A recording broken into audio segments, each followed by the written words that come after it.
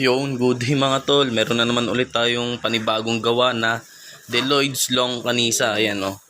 Pabisa yan mga tol. Purong-purong laman. At ngayon nga merong order sa akin na 1 kilo. Pero syempre hindi ko na siya sisingilin ng shipping dahil nga syempre 1 kilo na in-order niya sa akin. Pa-free ko na to sa kanya. Pre-deliver na. Yung nga mga tol, kikiluin ko muna to.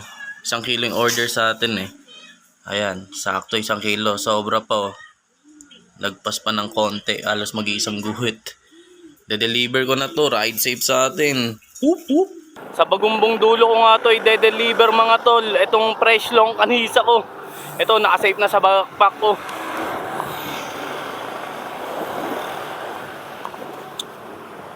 Pre-deliver na nga to mga tol. Kasi nga 1 kilo naman yung ginet niya sa akin. Pero GCash payment, kaya nagpa-add ako ng 20 para may pang cash out sa tindahan. Para eksakto pa rin yung makukuha kong bayad sa longkanisa ko. Nakaraan dito ako nag-deliver eh. Sa may Parkview. Ngayon abante naman tayo ng konti sa Bagumbong dulo.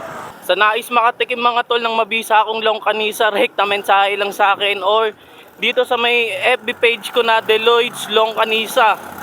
Tsaka meron din ako mga tol, mga mabibisang damit na pangporma. Ito yung FB page ko. Basta rekta mensahe lang sa source sa mga nais gumet sa akin. Deliver ko agad yan sa inyo, door to door. Whoop whoop. Yung nga mga tol, nandito na ako sa may Bagumbong dulo at dito ko to i-deliver. Ito na ata yun. Nandito na ako sa loob ng hood na to. At ang una kong hahanapin, syempre yung street ng customer. Tapos syempre sunod yung black tsaka lot. May kainan pa dito. Makikain kaya muna ako. Bagong hood na naman mga tol ang aking napasukan. Ayos din dito. Ang ganda rin sa loob na pala na itong subdivision na to. Dami rin ditong mga batang nagbabike mga tol. Nung mga nakasalubong ko sa unahan. Malawak din pala itong mga tol, paikot. Tapos nagtanong na ako, pangalawang kanto daw. Dito ba? Baka dito sa kabila.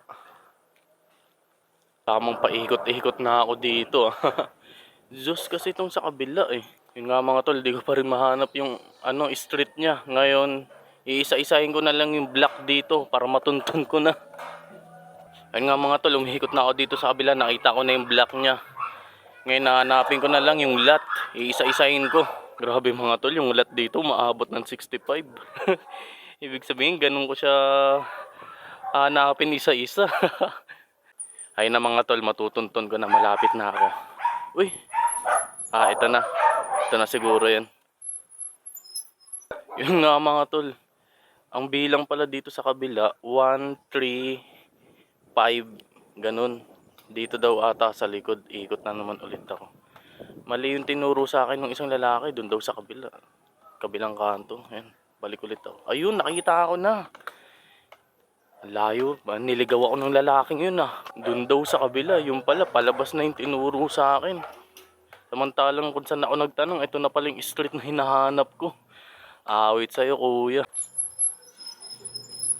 Ate, sa longganisa po. Dito po pala sa dulo, sa likod. Yung minsan nagpapadala pa ako galing. Siguro yun. Ito po ate. Sige po. Thank you po. Ate, thank you po sa ulitin po. Thank you. Maraming salamat po sa iyo ma'am sa pag-order. Nagtanong siya sa akin kung pwede daw reseller.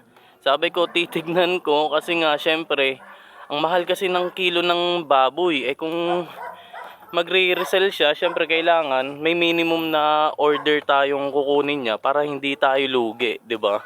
Mga tol, ang dami mga naglalaro-laro dito, may playground, tapos yung sa may tapat, court.